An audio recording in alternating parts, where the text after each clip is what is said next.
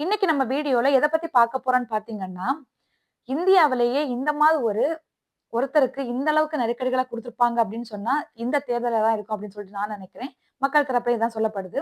ஏன்னா, தாவேகா தலைவரும், நடிகருமான விஜய் அவர்கள் முதல் முறையாக தேர்தல் களத்த பார்த்திருக்காரு.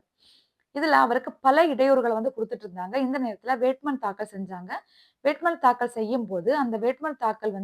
100,00,00,000 வித்தியாசம் இருக்கிறதா சொல்லி, பெரம்பூர் தொகுதியில உள்ள ஒரு வேட்பாளர் வெங்கடேஷ் அப்படிங்கிறவர் அ மனு குடுத்திருந்தாரு உயர்நீதிமன்றத்துல.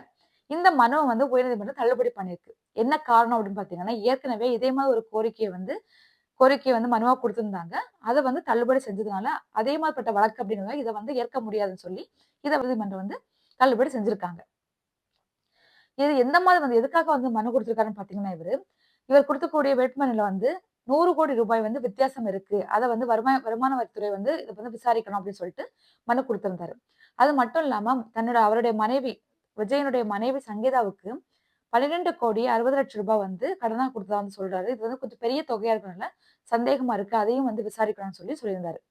அடுத்து அறக்கட்டளை. ஒரு தனியார் அறக்கட்டளை ரூ. 20,00,00,000 குடுத்ததா சொல்லியிருக்காரு. அத பத்தி ஒரு முழு விவரமும் அவரு குடுக்கல. இந்த மாரி நெறைய விஷயங்கள சொல்லியிருந்தாங்க விஜய் மேல வெங்கடேஷ் அவர்கள். ஆனா இது எதையுமே ஏற்க முடியாதுன்னு சொல்லி உயர்நீதிமன்றம் தள்ளுபடி பண்ணிட்டாங்க மொத்தத்துல.